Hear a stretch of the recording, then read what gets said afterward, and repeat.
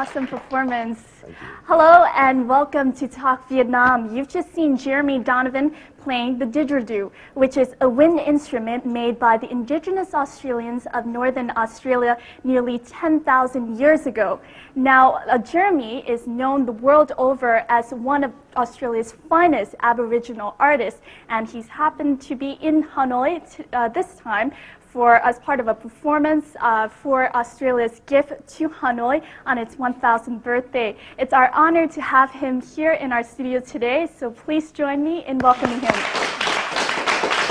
Thank you very much, Jeremy, for coming onto the show to our studio today. I'm a bit curious because we just saw a performance of you. What are the meanings of the stripes on your body? For us, when we are performing in our traditional ceremony, we paint our body with ochre, which is a natural clay.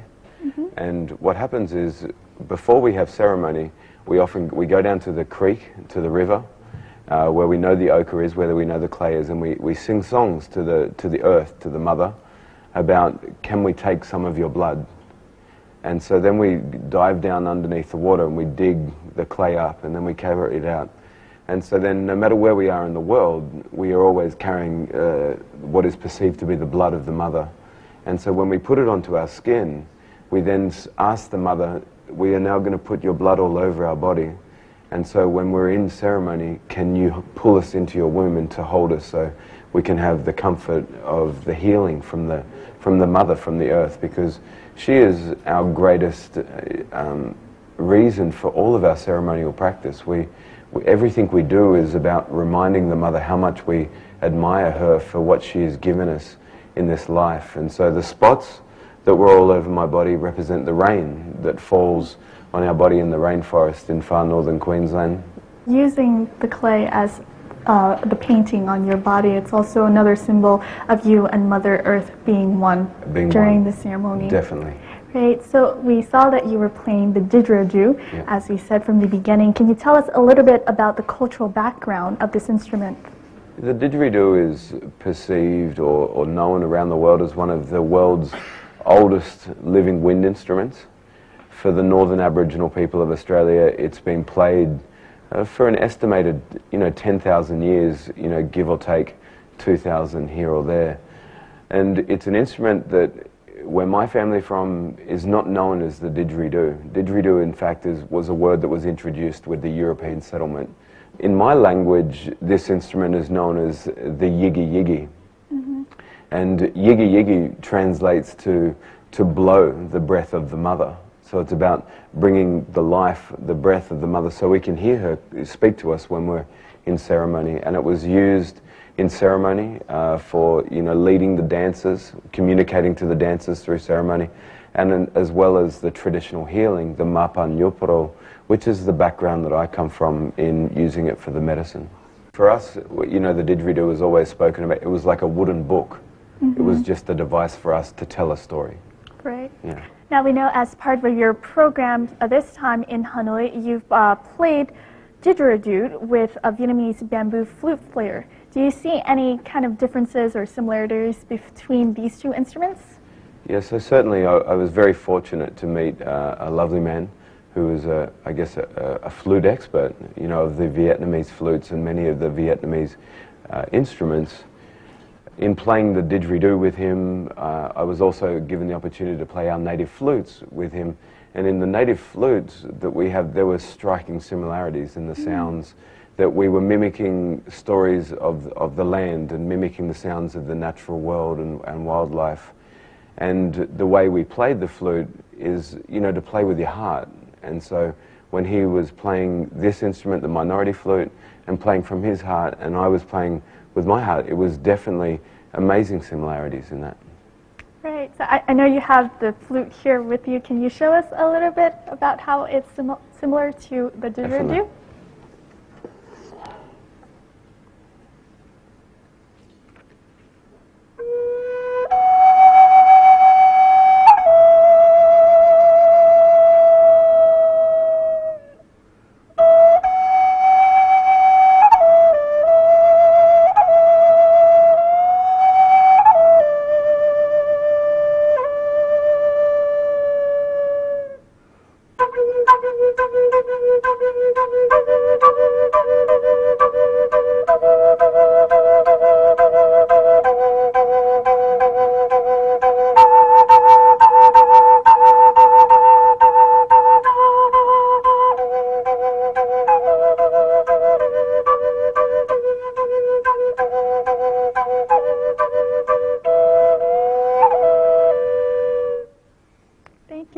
much. Now we also actually have a clip of Jeremy playing with the Vietnamese bamboo flute players, so let's take a look at that.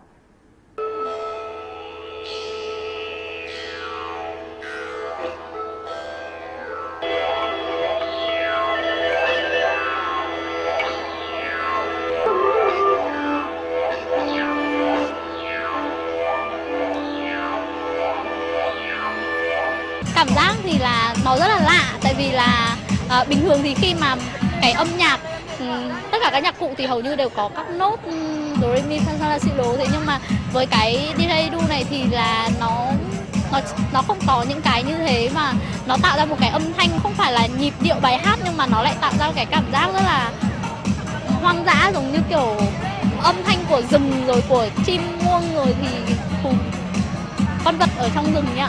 Đây cũng là lần đầu tiên em được tiếp cận với cái âm nhạc là didgeridoo, thì em thấy là rất là lạ so với những người Việt Nam. Khi cái âm nhạc của didgeridoo nổi lên thì gần như là em thấy nó rất là hào hứng, mà em đặc biệt ấn tượng nhất mới là cách lấy hơi của người Australia. Người ta vừa có thể giữ được hơi mà người ta vừa có thể tạo ra cái âm thanh bằng chính cái hơi mà họ giữ trong miệng đấy ạ.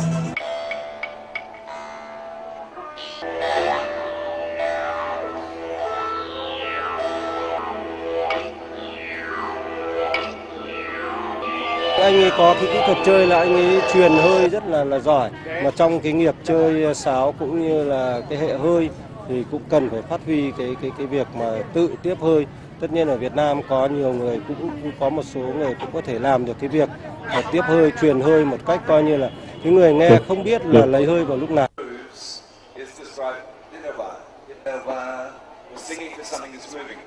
There's no need to be able to speak each other's language, because once you play this music, the language is already there in the music, and so I think it was great for people to see that you don't even need music to be written, that we can sit down and if we are playing the song from our heart, then the song will dance together.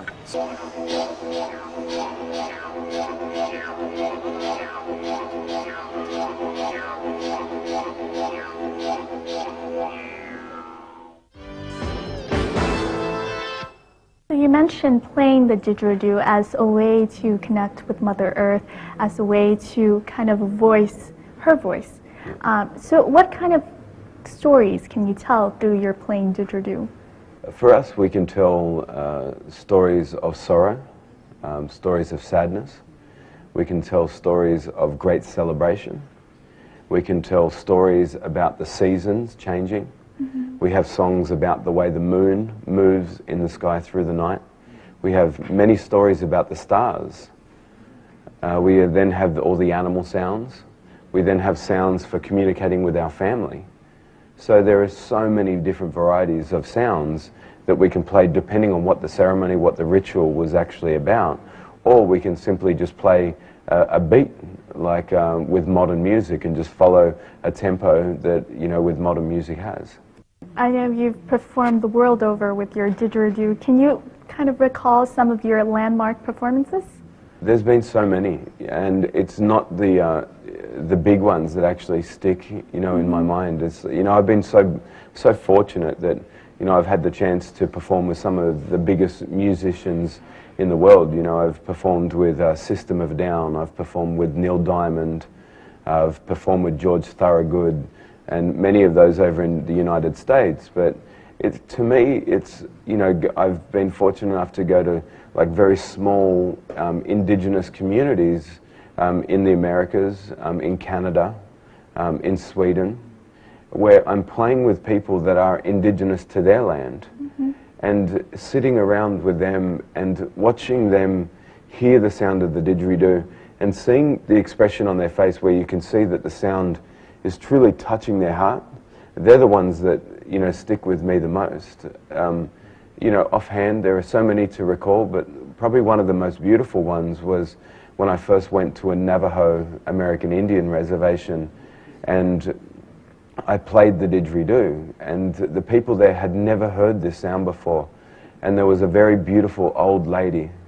She must have been in her 90s, and she walked out, and she had tears running down her face, and she said the sound that she heard was sounds that touched her heart, that made her heart cry.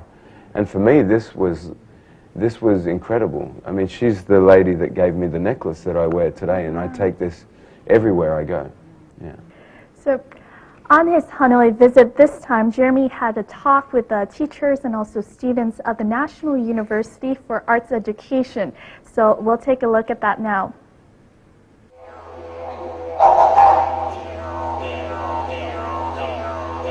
Right from the first moments he played the didgeridoo, he won the hearts of the audience. He further enchanted the students with his circular breathing, a vital didgeridoo playing technique.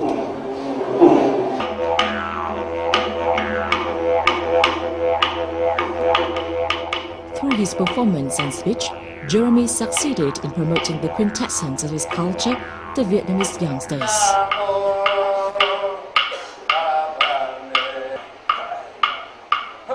Em cảm thấy hôm nay anh Jeremy đã biểu diễn rất là thành công nhạc cụ cổ truyền của mình. Em cảm thấy rất thích thú. Thông qua cái buổi ngày hôm nay thì em được biết thêm những nét bản sắc dân tộc của đất nước Australia. Và nhất là cái nhạc cụ vừa rồi thì đã làm cho em đã hiểu biết thêm một cái nhạc cụ rất là đặc sắc, cũng như những bức vẽ rất là đặc biệt và cũng rất là đẹp. Em có một cái điều rất là ấn tượng, đó là nhạc cụ này rất là độc đáo về cả cái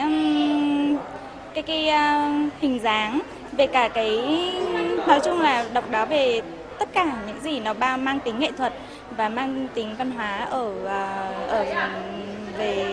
của người thổ dân Úc. Perhaps the most joyful part of the exchange between Jeremy and the students was when he taught them how to mimic some wildlife. Bouncing like a kangaroo was great fun. Jeremy has so far performed and had similar exchanges with youngsters around the world, from the US, Canada to the UK, Germany, Switzerland and Italy, among others.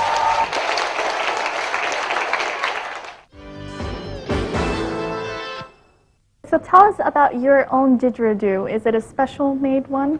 Yeah, the didgeridoo that I've been using tonight and the whole time that I'm out here in Hanoi is probably one of the favorites of my collection. I have about 5 performing didgeridoos that I use for performing, and it's just a beautiful instrument that really holds the sound and allows me to play both a mixture of the traditional style and the contemporary style. We talked about the didgeridoo the whole time, but let's now take a look at it. What is it made of?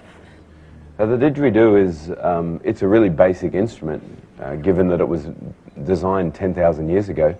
The didgeridoo itself is just a young hollow eucalyptus tree that the termites have eaten the core out of. So when we make didgeridoos, we go into the bush, we look for the young sapling trees that the termites have eaten out of, we chop the tree down, we crush the termite nest from the middle, so we're left with a hollow log. Then we take all the bark back, so we're left with just the hard surface wood. And then we apply beeswax to the top, to the mouth. And it's just there to make it softer on our lips when we are playing, because some of our traditional songs could have over 800 individual verses and go for over 4 hours without a pause. So you need to have something soft there on your lips when you're playing.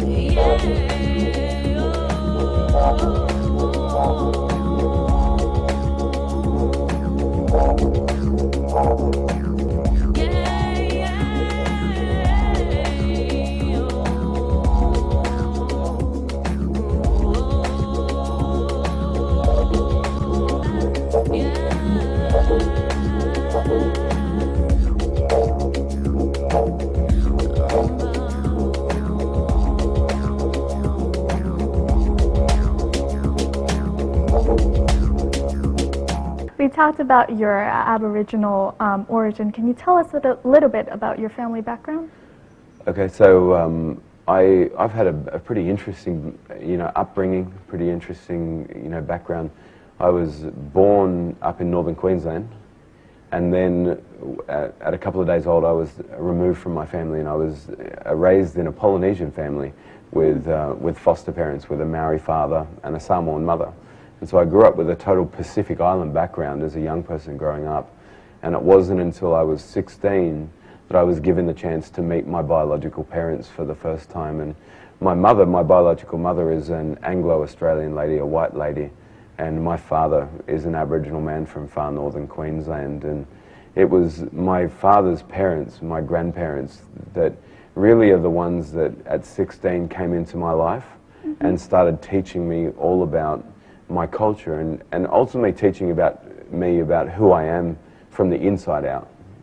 So it was kind of a turning point for you when you first kind of gotten into touch with your Aboriginal culture. Yeah, when I met my grandfather and grandmother for the first time, it really shifted my life, because for the first time in my life, obviously being displaced, I knew who I was. And so it really was a huge turning point in my life.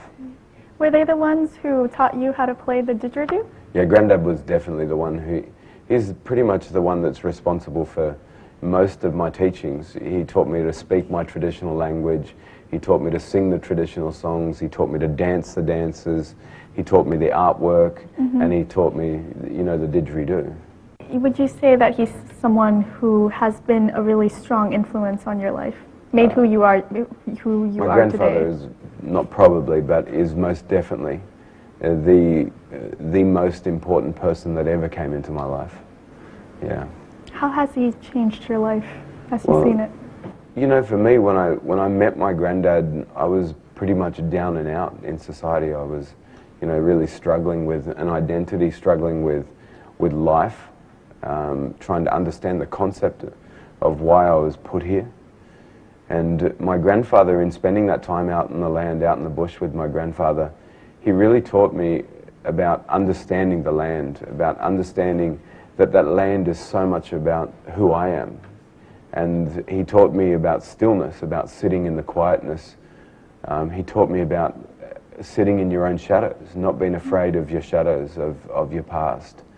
And so just all of his wisdom that he had just has had such a major effect on my life. And also is, I know the world that my grandfather grew up in. He grew up in a world where being Aboriginal in Australia was not so easy. And so for me, when I travel the world, I feel blessed that I've been given this chance to be the voice that he was never given the chance to be.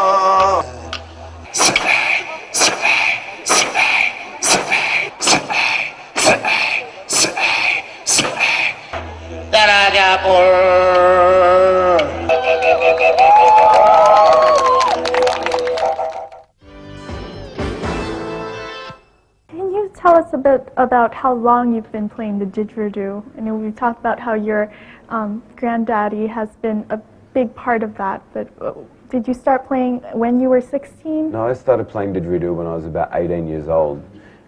My grandfather never let me play didgeridoo until I could speak the language first, because in order to play traditionally, like I mentioned, you must be able to speak the language. And so, my grandfather taught me to sing all the songs first, and then I was given the chance to learn to play didgeridoo. And I was never really that interested in playing didgeridoo. I much preferred performing in the traditional dance. But fortunately, or unfortunately, however you look at it from which side, I became a good didgeridoo player, and so no one, wanted me to do anything but play didgeridoo. And so I became sort of a leading didgeridoo player for the community, for my people. And so Yeah, and then it just stuck, and for me, I resurrected my life a lot, you know, with playing the didgeridoo, because it allowed me to express a lot of the pain that I had inside. Right. How long did it take for you to master it? I don't think I've mastered it yet. You know, like there's still things that, you know, I listened to the old tapes of my grandfather playing, and while it was so raw and so pure, I'm still in amazement at some of the things that he was doing through that instrument. And I don't believe we ever master anything. I think we're always walking towards perfection, but we were born in this place with imperfections. So what is the most difficult technique for you when you're playing, you know, the most basic technique you need when you're playing the didgeridoo? I guess the fundamental basic is that if you cannot circular breathe, you cannot play didgeridoo effectively, because circular breathing is what allows us to play in a continual process without pausing, and it's an ability to breathe through the nose and blow out the mouth at exactly the same time. Okay. So air is going out, in, at the same time, so it's going to sound like this, going. Wow. So when I'm playing didgeridoo, like without the didgeridoo, this is exactly what I'm doing.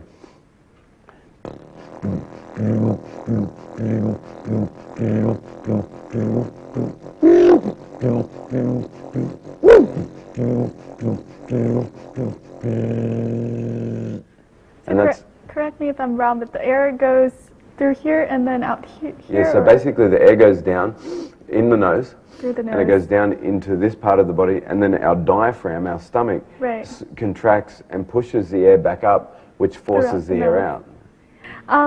So do you mind showing us more of these techniques, especially with the animal sounds? I know it's very interesting. So do you mind giving us a demo? No problem.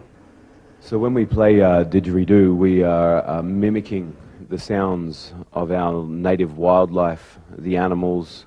We have rhythms for the land. So I'm just going to go through some of the animal sounds. The first one of our most famous animals, the kangaroo, in its bouncing.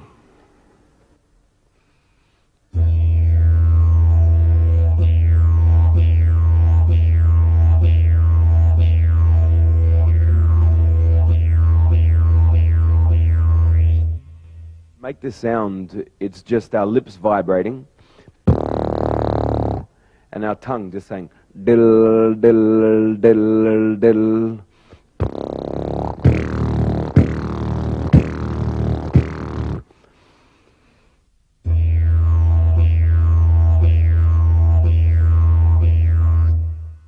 The next sound is the dingo, which is one of our native dogs, which initially was brought across from Southeast Asia about, I believe it was about 15,000 years ago, but has become a big part of indigenous culture and also Australia's natural wildlife. This is the dingo howling.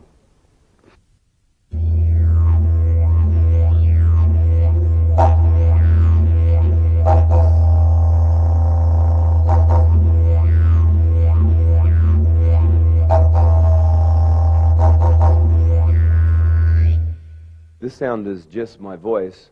Hoo! Hoo! Hoo!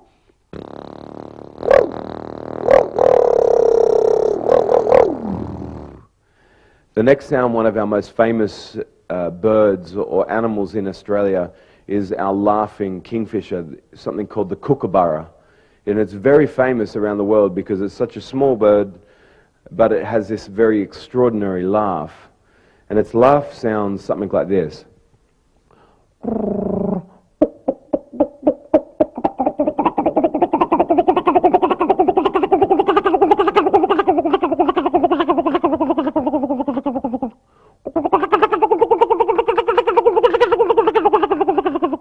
On didgeridoo.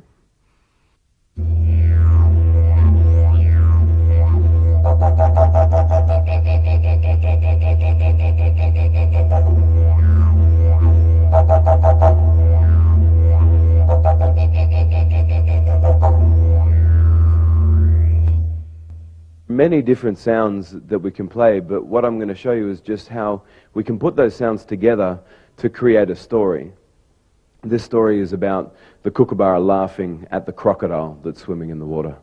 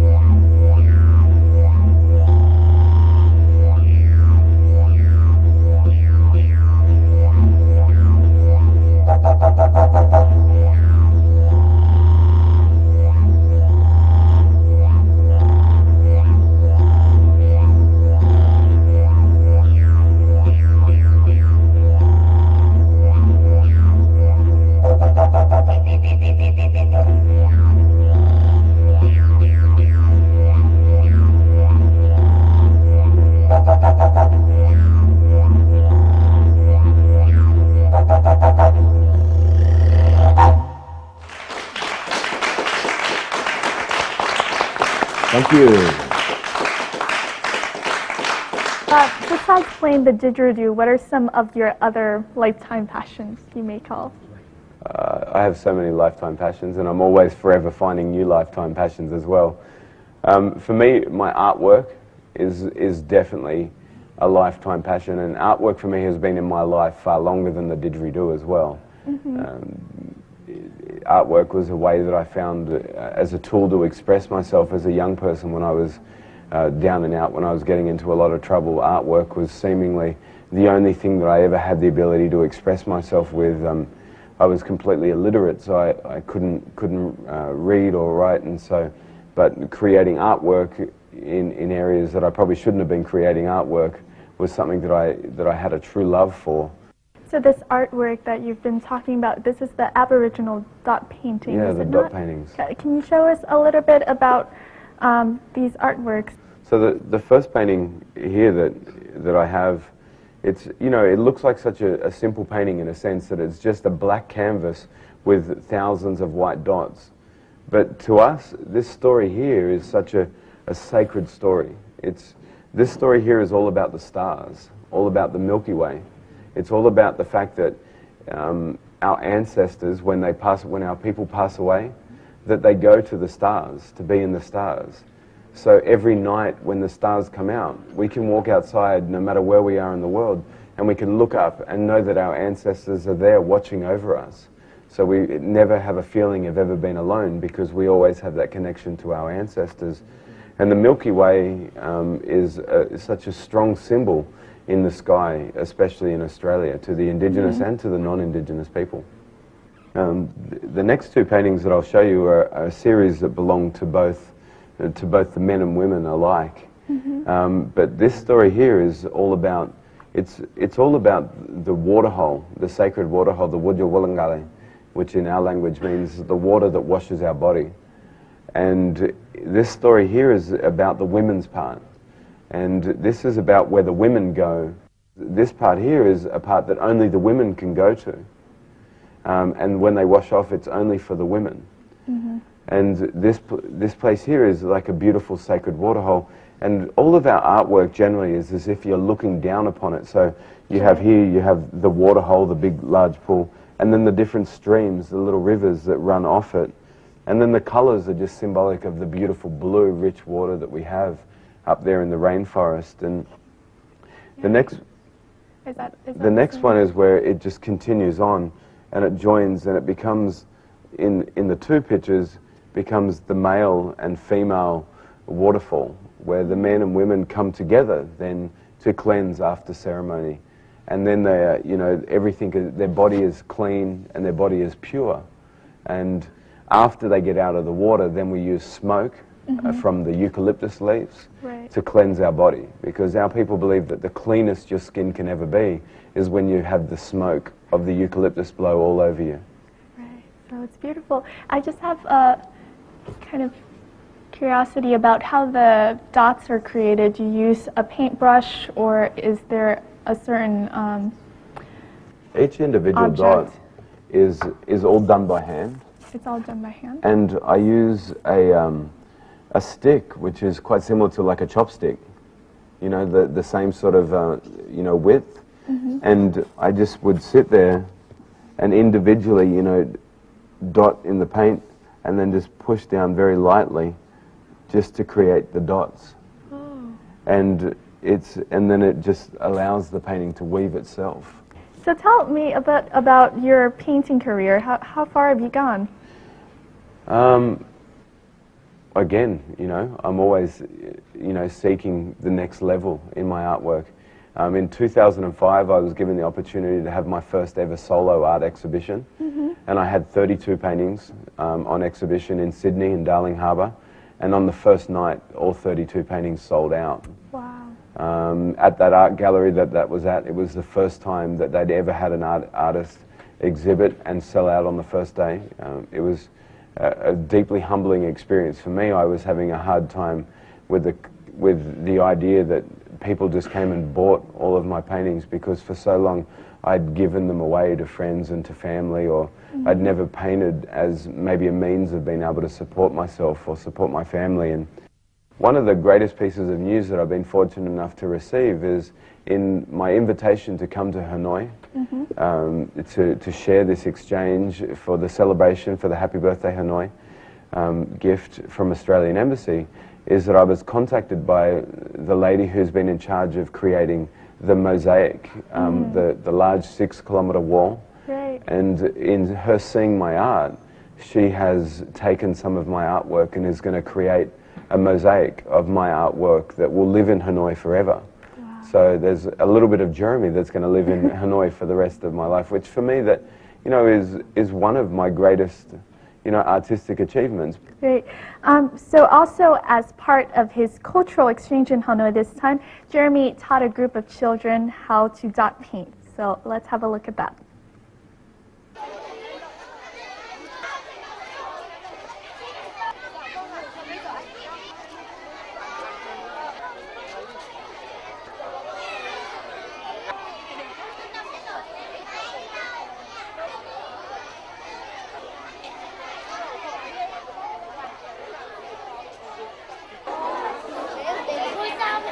Con đang vẽ một cái cây, bông hoa và một đám mây ạ.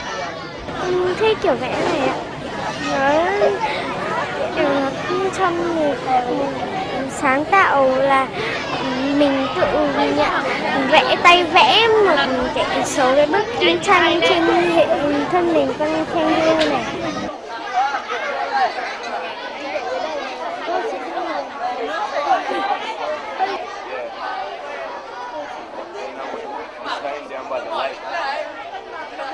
Màu sắc là rất đẹp, và những màu sắc khác nhau là nó chan hòa vào nhau thành một cái bức tranh khá là phong phú, và những cái vết những cái chấm này của chú rất là tròn, rất là khá tròn, tạo thành một cái hình rất là đẹp.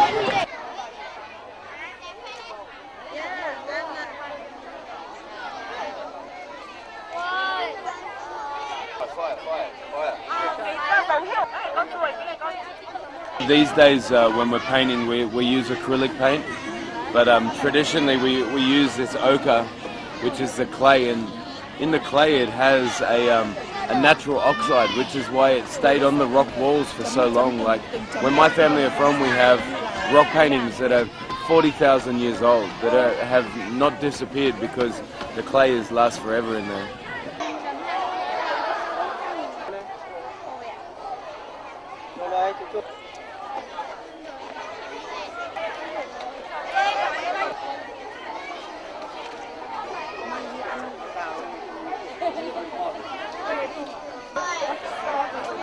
Football, last question. Is dot painting quite known in Australia, or is it just starting also? Well, Aboriginal art, the dot painting, is probably the most successful trade that's ever come out of the Aboriginal culture. And, you know, there are Aboriginal artists that are no longer with us, that have passed away, that their artwork is selling in New York for, you know, 1.2 million US dollars. 2 million US dollars for a Rover Thomas painting. I mean, it's quite incredible the amount of money that some of the Aboriginal artwork's fetching. The sad part is the Indigenous people were not paid that much money when they were bought. You know, they might have been paid a couple of $100 and now it's just gone up in collection price. And so it's only now that people are starting to appreciate the price of this artwork and actually appreciate paying the indigenous people the right price for the painting as well. You also offer traditional healing sessions to the public. Can you tell us a little bit about this? What happens is using language, using our spoken language, using our sweat, using the ochre, the clay, on someone's body, and then using the vibration of the didgeridoo on the body is a very powerful healing tool, because the didgeridoo, our bodies are 90% water. So sound travels through water 8 times faster than it does through air. So making it, if our cells are made from water, when this sound goes into the body, they vibrate, causing them to expand. So if we have cellular memory, or if we have cellular damage, then it forces this to expand, where the memory can be brought up, or if we have illness that's attached to those cells, it can force them to, to release. And so, while I never prophesize to heal the world, that I don't believe that I can heal anything, but I believe that I can give you a tool that then you can heal yourself with. How have the people that you've healed responded to you? The people that I've worked with, some of them I have come back, every week when I'm at home in Australia. I've had, and again, like, I don't profess to heal anyone, that I had a beautiful family from Los Angeles in America contact me, and they flew me out to Los Angeles to work with their husband, their father, who was suffering quite badly from cancer. And so I went and visited him in the hospital and played didgeridoo on his body. And I certainly had no ability to heal him, but what I had the ability was to tell him that it's okay, that it's okay to go now. And like 2 hours after I visited him and said to his family that you need to say goodbye, you need to let this man go because it's his time now. 2 hours after that session, he departed, and made that transition. So, I mean, it's a pretty special position to be put in when people are putting their faith into you to give them comfort. Through your website, I know you've spent a lot of time with adolescents, and you encourage the youth to follow in your footsteps. We have a lot of students sitting right here in our studio now, and also a lot of young viewers watching. Do you have any advice for them? Yeah, well, I say to people, follow my footsteps, but I don't mean walk in my footprints. No. I mean, create your own footprints in this life. That we were given feet to leave a footprint. And so I would always say to the young people that the old people, our grandparents, our great-grandparents, if they're still there, they are the ones that have the stories of the old ways. So listen to them, spend time to listen to them, because they are our living history. And, just even since my time here in Vietnam, I've taken a couple of photos of some beautiful old people that I've seen on the street, because in every wrinkle that they have, there has been happiness and there is pain, that those people have lived through times that we as young people, we will never understand how hard that was, but they still have the happiness. And so, never shy away from your history, because your history is history, but you're here to create future.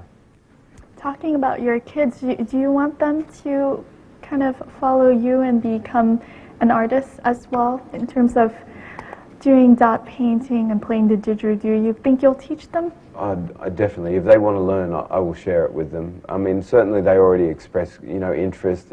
When Dad's sitting up painting, they want to paint as well. But it's their life. I'm not there to to live their life, for them. I'm there to live it with them. I'm certainly not expecting them to. I definitely don't want them to follow in my footsteps, because some of my footsteps were definitely the wrong ones.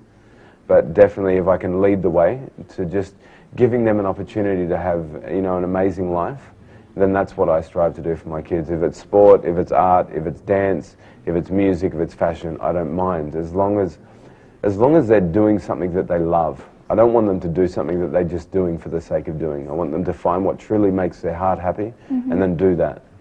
Well, thank you very much, Jeremy, for this wonderful talk. But before you go, do you mind giving us another demo? No problem. All right.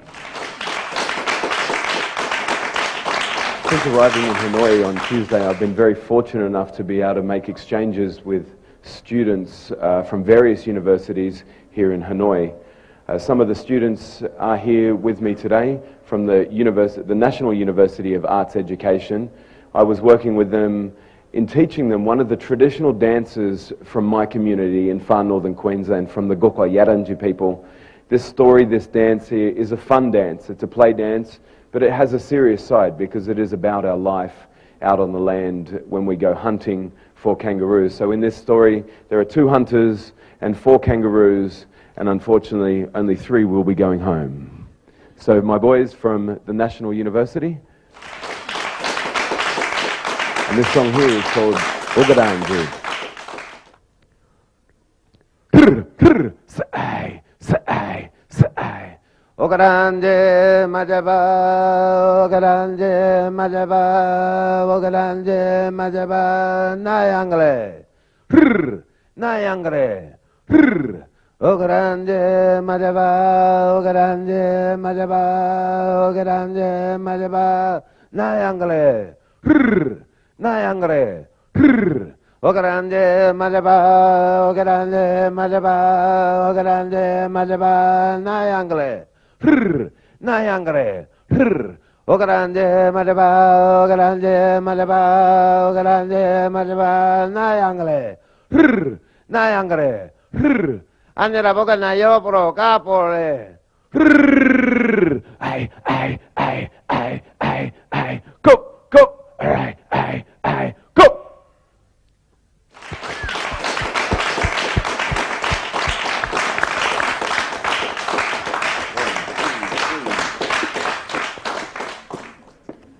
Thank you very much, Jeremy, and you guys for being such wonderful kangaroos and hunters. And thank you, Jeremy, for being on the show. We wish you all the best of luck in your endeavors. Thank you so much for having me. And that is it for this edition of Talk Vietnam. We'll talk again next time. See ya.